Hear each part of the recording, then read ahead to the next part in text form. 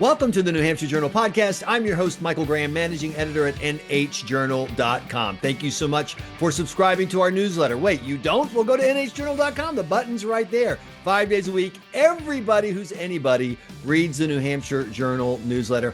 I hope that includes former Ambassador Terry Shumaker, long time. I know you hate it when I call you an operative ambassador, but that's what you were. You worked on all these campaigns. You got stuff done. So you want to be an operative, consultant, strategist, knife stabber, you pick the title. Well, veteran of 50 New Hampshire primaries, or 50 years of New Hampshire primaries is probably better. It is perfect, obviously, because of the vote by the Democratic National Committee's Rules and Bylaws Committee on moving South Carolina to the front yet again. And I want to start, how did you get involved in New Hampshire politics, and what's been your experience with the First in the Nation primary in the past? Well, I got hooked on the New Hampshire primary when I was in college, and I wasn't yet old enough to vote, but I was one of the ones that got, as the saying went, clean for Gene, for Gene McCarthy in 1968, which is it kind of dates me. So did you actually have to shave? Did you have a beard that you had to shave? I did not have a beard, but I had long hair. I had to cut it, had to put on a coat and tie, and go door to door in the Upper Valley. It was an amazing experience. That's great. It was probably the most significant New Hampshire primary in history. So, why do you say that?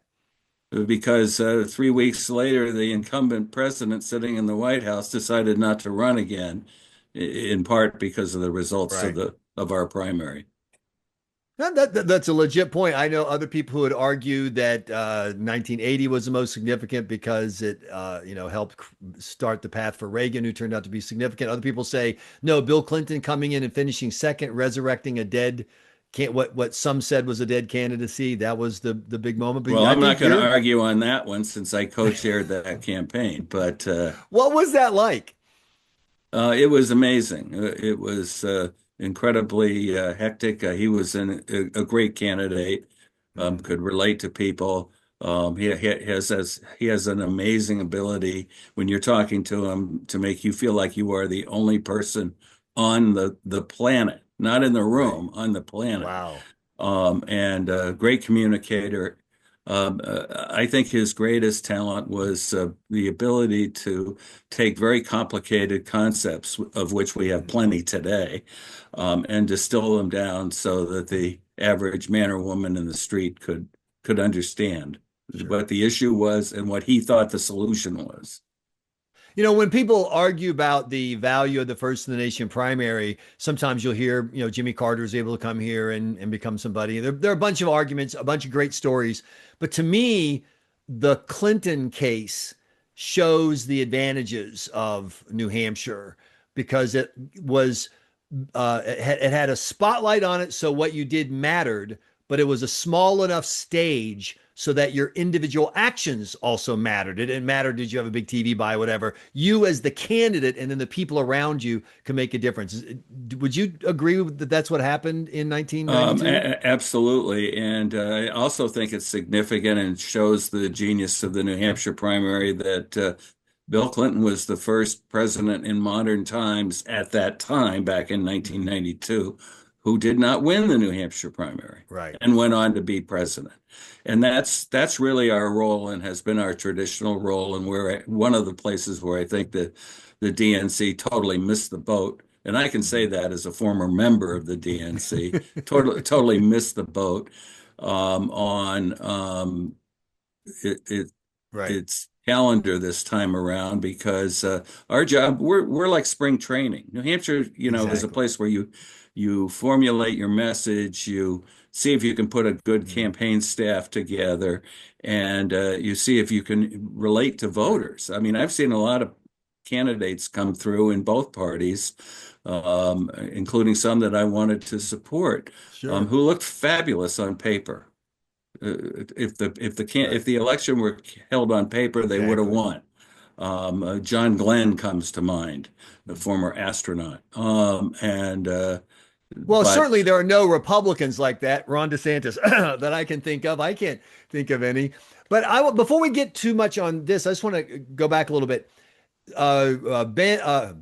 Uh, Bill Gardner was just on Jack Heath's show talking about how in 1980, for the 1984 primary, they wanted to move New Hampshire. And he's told that story many times about how it worked out. You were in, the fight back then.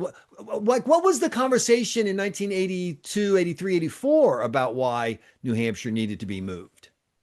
I was not involved in that one. I've been involved in the one with Delaware and the one and several others Okay. since Florida, Michigan, et cetera.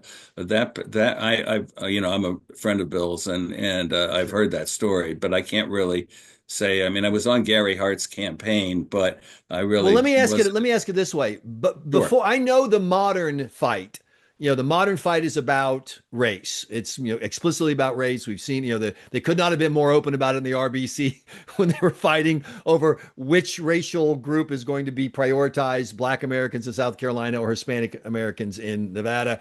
But what was the fight about in the earlier fights over people trying to take New Hampshire from the first spot? Well, I think people think first of all, I think it's a bit of a myth that New Hampshire makes tons of money off of the primary. We really don't. That's not true. Back when I was the chairman of the political library board, we had a Mhm. study done, and that's a myth. And frankly, Michael, I need to respectfully disagree. I don't think Mhm. that this time or any time is really about race or whatever the window dressing argument Ah, is. It's about power. okay. And the people inside the Beltway, and this goes back to Andrew Jackson's time when he didn't want John Calhoun to be his vice Mhm. president. So he and his supporters, including Franklin Pierce, decided to call for a convention instead Mhm. of the congressional leaders to pick the nominees for the Democratic Party. And that's how the Democratic Convention was born, and the primaries grew out of that. And we don't have time to get into all those details. But um, As a native son of South Carolina, I have to say I'm very familiar with that story, and they're still kind of angry about it down there. Just so you know. well, Jackson was successful in getting rid of Calhoun, who he couldn't Exactly. stand, as his vice president, which was his objective. It had not, whatever they Sure. said the issue was that. Um, Exactly. so that's what the fight's been about. It drives the inside the Beltway Washington crowd nuts that states out there and actual Right. voters can have a say, have a significant say in selecting the party's nominees. New Hampshire Right. has never picked the winner. South Right. Carolina was in my opinion, and I Absolutely. think Jim Clyburn agrees with me. In my Mhm. opinion, South Carolina was more powerful and better Mhm. off in third place, first in the South. Right. Well, do you Um, know how South Carolina turned into the first in the South primary? I happen to have a uh, connection to that story. sure, I'd love to hear when it. I when I ran campaigns for a living in South Carolina, I worked for a guy named Rod Shealy, amazing political guy who had been, part of Lee Atwater's team, and they wanted Reagan to be the nominee. Strom Thurmond was supporting that senator from Texas, Connolly, I can't remember his name, and of course you Yes, had John H.W. Connolly. Bush. You had H.W. Bush, you had Bob Dole. I mean, there were big people thought Reagan walked into it, but there were big names fighting against him. And there was a lot of he's too crazy, he's out there, Mr. Right Winger, nut, whatever. And so what they decided, and it was a brilliant move, that primary never mattered. They said, we're going to put it on the Saturday before Super Tuesday. This was back, you remember the days when Super Tuesday was like almost half of all the states. Like it really was Super Tuesday, not like it is now. And so they did it on Saturday because Rod's thinking was, we'll have the win on Saturday. We're going to get Reagan a win. Carroll Campbell's the governor, get him a win. Then Sunday, you've got all the news cycle and Meet the Press and the front page paper. And then all you have is Monday. There's not enough time for Bush or Dole or whoever to come back and, I'm saying, and undo the momentum. And so it would be just like a grease the skids. And it worked perfectly. And no Republican ever won the nomination without winning South Carolina until the wheels fell apart in 2012 and Newt Gingrich won his lone state in South Carolina after a debate performance. So that's the one story I can contribute, Mr. Ambassador. And John McCain's first campaign that when George W. Bush ended up being the nominee That's right. ended in South Carolina. Absolutely. And it was And designed to be a meat grinder to keep the non, establishment pick out. That was why. And so in 2008, McCain had evolved into the establishment pick, and also the establishment was weakening, and so he was able to do better with the second time around. So the DNC, But not only the right, DNC in making its proposed calendar, and let's remember it hasn't been approved by the full DNC yet. right, The in doing that, they not only ignored the criteria that they set forth that they were going to make the selection on, and which we won on every category, right, except arguably what is the color of our population, which I right. don't think is a legitimate reason to pick a state. And as our current Secretary of State, Dave Scanlon, is fond of saying, no one state can Exactly. or is totally representative of the country. I've always argued that you had to look at the four Exactly. early states in the aggregate together. Mhm. Do they make sense for the initial screening, if you Right. will, of the candidates to decide who should go on to Super Tuesday, which is where the nominee is usually decided. So where do you think the first in the nation primary stands now? And I want to set something aside. We all know that New Hampshire is going to have a vote, probably January 11th. The ballots will be there. People will drive up. Republicans, obviously, they'll have theirs. But do you see like a hybrid that some people are talking about, where there'll be the first in the nation primary will be ignored by the Democratic parties, and they'll have their real primary in third place, like the DNC says? Will there be no accommodation? Where do you think we are? I can't really make predict. I've been through so many of these, Right. Michael, that I couldn't have predicted how most of them would have turned out. It's 18 months now until That's right. the advent of the primary season. An awful lot's going to happen. A lot's going to depend on what the candidates do and what the DNC does. I mean, they're sort of vaguely threatening some Right. sanctions to candidates. Frankly, I have questions about whether or not sanctioning somebody who's exercising their constitutional right to run for president is even constitutional. But if it is, Mhm. which I am dubious about, but if it is, Mhm. it's certainly un-American. And I'm not sure how voters are going to react to that. And I'm not sure how voters are going to react to presidential candidates who kowtow to party bosses Right. in Washington. So there's just too much undeterminative. There's one thing that's very clear, and that is the statute's not going to be changed. And Dave Scanlon has taken an oath to Mhm. uphold the law of New Hampshire, and he will do that. I have absolutely no question. He's a very, very capable, like his predecessor, very Right. capable Secretary Well, of State. speaking of his predecessor said before you and I spoke earlier this morning that the delegation needs to do more. Forget the past and how we got here. They need to do more and be more aggressive and vociferous, because there's a feeling growing that there's not a commitment that the first in the nation primary on January 11th is going to matter. And that he said, as you've noted, if the candidates come, the primary's fine. To get them to come, he says the delegation and leaders in the Democratic Party need to do more to make it clear you are expected if you want our support and to become the next president. Do you think that that's a fair criticism from Bill Gardner?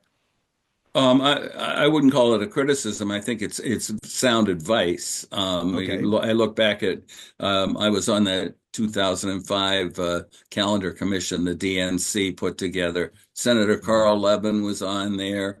He was extremely, as has Yes. his sidekick Debbie Dingell, who's still on the Yep. Rules Committee, extremely strong in advocating for Michigan. And they've Mhm. ultimately gotten Michigan someplace in That's this right. list.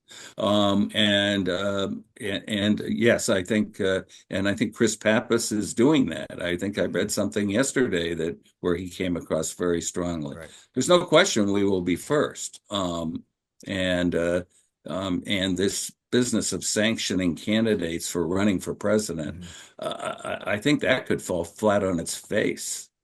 But could it keep candidates away? I've talked to some smart people on both in both parties. Admittedly, the Democrats in D.C. definitely think this, that the candidates will just stay away. And their argument is that they'll stay away from New Hampshire for the Democratic primary for two reasons. One is they don't want the sanctions and whatever ends up happening, they don't want to fight that fight. They got other stuff to do. The second is they really are worried that if they come to New Hampshire and participate, that you may disagree that race is the key part, but that they will be accused of insulting the black voters of South Carolina and the Hispanic voters of Nevada by coming here. And as you know, in your party, the charge of racism has a lot of power. People are very afraid of it. They haven't spent the life that Republicans have, which is the minute you're born, you get called a racist and you get called racist every day. So it just doesn't bother you anymore. It actually bothers Democrats. They're not used to being called racist and they will stay away. Is that a legitimate concern? Well, it might be for some, but I think you can go to candidates can go to South Carolina too, Right. and they can spend a lot of time campaigning in other places with large minority populations and campaign in New Hampshire too. We don't tell it. We never have. Right. We never went ahead of anybody else Right. other than to under our statute, but we got to be first in the nation because Indiana stopped having a presidential primary, and we all of a sudden were first, and we've been first since 1920. And Sure. as I said when I was on that commission at a meeting, as I said, the DNC didn't give us the New Hampshire primary. Right. We created it, and you're not taking it away. And they're not going to take it away. It's not going to happen. So, what would your advice be? And I'm sure you're getting these phone calls from people who are thinking about 2028. What would your advice be to these candidates about how to move forward? Maybe I think they should run here. And frankly, I'm not interested in supporting anybody for president who's afraid of some party bosses down in Washington and some rule that hasn't even actually been written yet or proposed. I mean, I'm a lawyer. I like if there's going to be a rule that says that you can't campaign in New Hampshire, I'd like to see it in writing. They're going to have to put it in writing, and I think it's going to rub a lot of people the wrong way. I find it hard to believe that they think that they're going to be able to punish Right. a former fighter pilot, former United States astronaut, Right. sitting United States senator named Mark Kelly if he decides to run for president. Right. And look, there are several candidates that you can do that about. I mean, if former Vice President Kamala Harris perceives that winning the progressives in New Hampshire who backed Bernie and giving herself a win here and then going to South Carolina and doing very well with black voters, that would almost lock up the nomination for her. That's a pretty tempting strategy. And who's going to say to the former vice president, "Oh, sorry, you can't do the debate"? So I don't see that happening. That seems crazy. I want to ask you one last big picture question, and obviously this is all opinion. I have to be honest with you, Mr. Ambassador. I'd forgotten because you're so smart and pleasant that you're an attorney. I'll try not to hold that against you, but there's an argument. There's an argument that goes like this, and Republicans make it obviously for partisan purposes, but that doesn't mean it's not legit, which is why hasn't Senator Shaheen, Hassan, Pappas, et cetera, Cindy Warmington, everybody got together and said, we want to be very clear.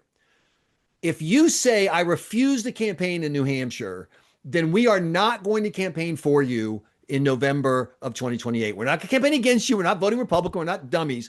But our resources, our efforts, whatever, they are available to any Democrat who will come and win New Hampshire, but they are not available to any candidate who says, not you didn't win or whatever, but you refuse to campaign. If you pull a Biden, we are not going to do what we did last time mistakenly and support you.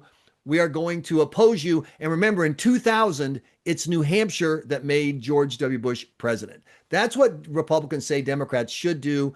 I don't think Democrats would ever do that. Is it just foolish to think that way? Or is that the one card that matters? Because after all, the only thing that matters is winning in 2028. Well, let me start by saying that this touches on an issue that I care a lot about, and we've had a long tradition of not making ups and downs in one party or the other a partisan issue Right. to attack candidates or people or state chairs of the other Right. party. The shoe could easily be on the other foot, Exactly. and frankly, it has been on the other foot. Thanks to John McCain, we don't have problems on the Republican side, Right. which has been continued by Donald Trump. But let's say Trump had lost Right. the New Hampshire primary last time around Hmm. to Nikki Haley. Right. And would he have come into the White House and been full of his retribution Right. and decided to punish us by putting us last in Right. the calendar? So the shoe can be on the other foot, my good friends, Touche. and I've, over the years we have worked very hard to make this a bipartisan thing. As far as whether or not candidates band together, it's pretty hard. It's like herding cats. Pretty hard to Right. get five candidates to agree to anything. And frankly, I'm not sure quite a few of the candidates, some of whom I know, potential candidates. I mean, we Right. don't know who's really going to Sure. run, Exactly. but I'm not sure some of them would care that much if they had to, Mm. Gene Sheen is Right. a lame duck. I'm not sure that would be very particularly effective or worthwhile. And things change in politics overnight. So when I talk about 18 months, a lot of things are Right. going to happen that impact this in the Right. coming weeks and months. One thing I'll say about the tradition of bipartisan support for the First Nation primary is that there are a lot of Republicans that I talk to who say, "Don't look at us, look at them." In 2024, Democrats should have said, "We're having a primary. Mr. President, you can come here or not, you can campaign or not, but we're having a primary." Instead, they colluded with the White House to undermine the First Nation primary by giving him this write-in pass, then holding a secret, sneaky people, literally people who showed up did not know they were picking the delegates because Ray Buckley kept it such a secret. So they say basically Democrats already broke faith. That's their argument. Fair or unfair. I just want to make sure that our viewers knew that's the argument. I want to finish with this, listeners too. You've seen, like you said, a lot of campaigns, a lot of change in New Hampshire. How would you describe the current lay of the land for politics in general in New Hampshire as we head to the 2026 midterms, governor's race, Senate race, et cetera? Well, I think New Hampshire looks good on the participation by voters Right. scale, which is something else the DNC, frankly, paid no attention to in announcing its calendar. So I fault them for that as well. I think we're all still talking to each other, and I think that's good. I think the governor has I give her a lot of credit for not being the same level of partisanship as the White House is, for example. Mhm. And So this bump in the road is unfortunate, but with the primary, but we've been there before. Right. And I have a lot of faith in Dave Scanlon.